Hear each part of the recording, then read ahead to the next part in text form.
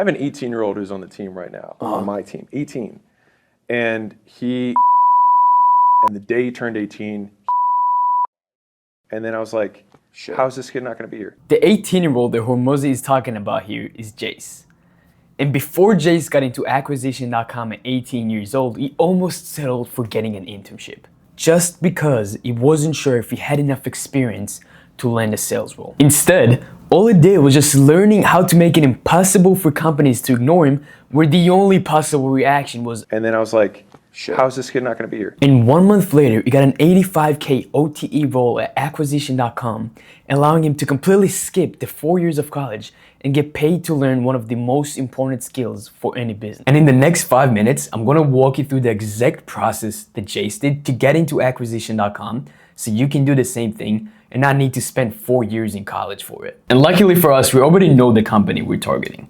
So we're just gonna go to their LinkedIn, to the people section, and write sales development representatives, whatever, just to find the SDRs that are already there. And I'll say this is their manager, which I'll do later. But first, SDR, SDR, SDR, and I'll keep track of every single one of them in a different tab. And then what I'm gonna do is put them all in a different sheet so that I can track the people that I'm actually outreaching to. And for each one, I'm gonna use a note just like this on LinkedIn. So I'll press connect, I'll add a note, and I'll write, hey Thomas, I'm exploring Acquisition.com. I saw you're an SDR there, so congrats on all the recent success.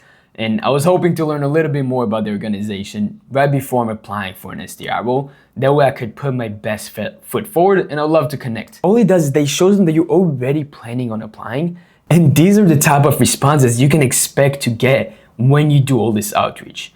Because at the end of the day, they're incentivized to refer you. They can get up to $5,000 to refer you. So then you'll hop on the calls with them, ask them a little bit about their experience, how they've been enjoying it, what the interview process looks like, any advice they can give you. And then you're gonna ask them if they're open to referring you, because they're incentivized to.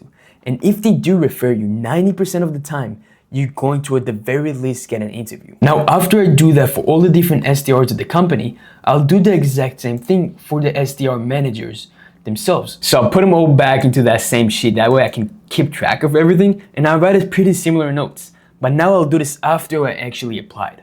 If there's any SDR that I spoke with or got a referral, I'm gonna put this in here as well.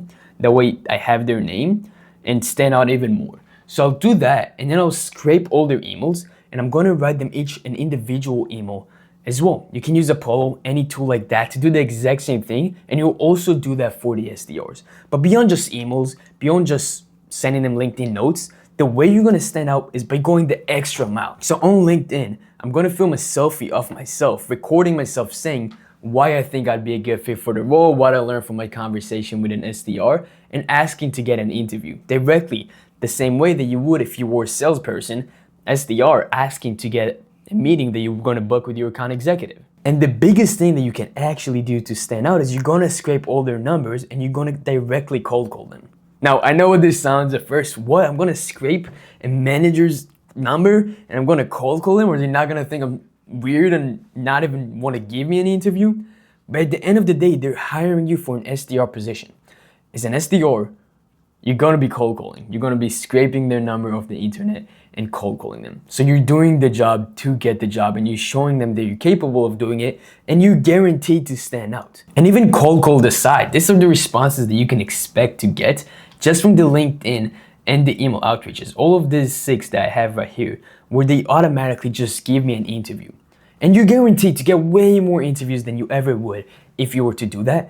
But the thing is, you can't just apply to Acquisition.com, get an interview, and expect you will actually get an offer. What we did is Jace strategically applied to a lot of other companies first, but even before applying to those, he needed to understand what the SDR role actually is, beyond just the definition, but what it actually looks like on the day-to-day, what it actually takes, what to expect in the different interview processes, and the exact qualities that they're actually looking for. So if you want the exact guide that he used and other people have used to do the exact same thing, watch the video right here.